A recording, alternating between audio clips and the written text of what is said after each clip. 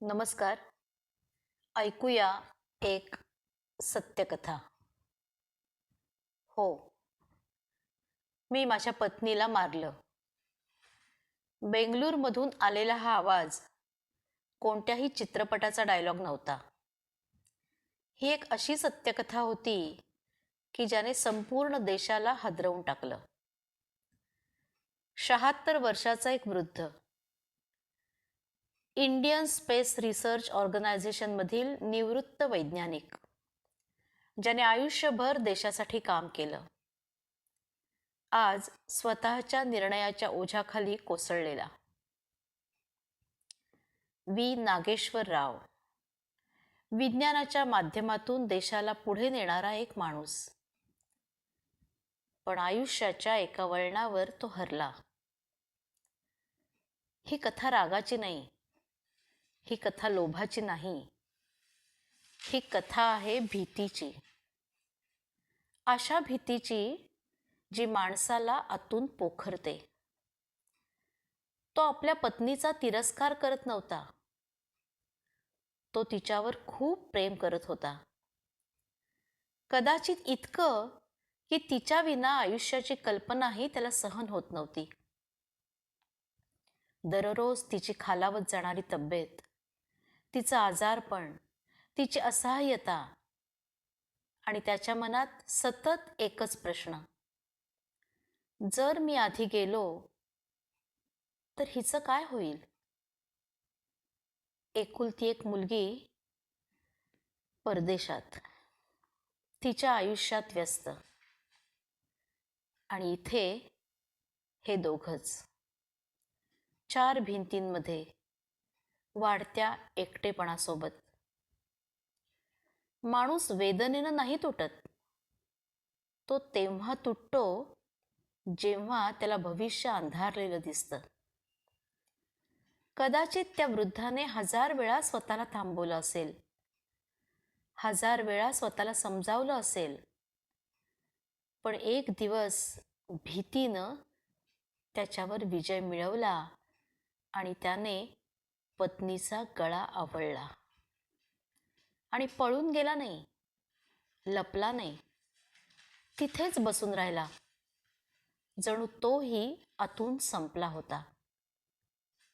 Police आले. त्याने शांतपणे सांगितलं, हो, मी माझ्या पत्नीला मारलं. हा फक्त कायद्याचा प्रश्न नाहीये, हा आपल्या समाजाचा आरसा आहे. आज प्रत्येक आईवडिलांचं स्वप्न मुलं मोठी व्हावीत, यशस्वी व्हावीत, परदेशात जावीत. पण त्याच यशाची किंमत कोण चुकवतं? रिकामं घर, ओस पडलेलं अंगण, फोनच्या एका रिंगसाठी वाट पाहणारी आई, की दरवाजाच्या टकटकवर दचकणारे वडील? आपण मुलांना उडायला शिकवत आहोत, पण परत यायला शिकवत आहोत का?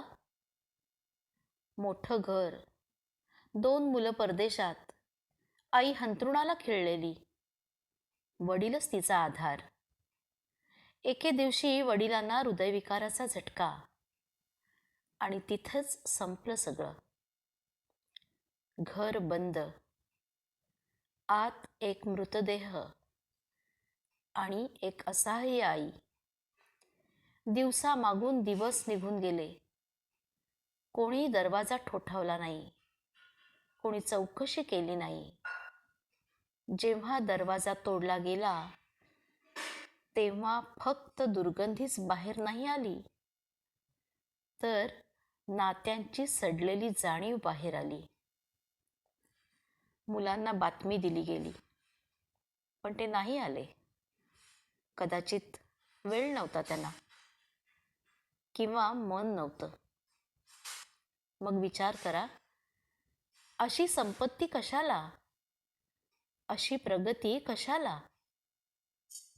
जिथे आई वडिलांच्या श्वासालाही साथ नसते, जिथे शेवटची वर्ष एकटेपणात जातात.